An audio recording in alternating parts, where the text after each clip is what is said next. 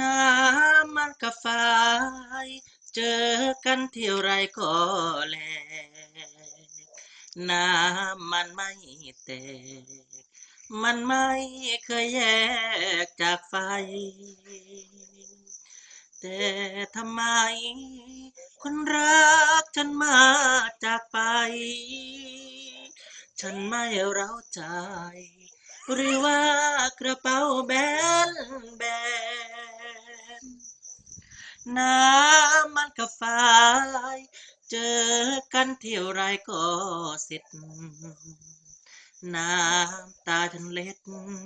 เธอให้เขาเด็ดสมหมายปล่อยฉันต้องมาร้องไห้แทบตายมานั่งร้องไห้เป็นควายใจสลายในทะเลเพลิ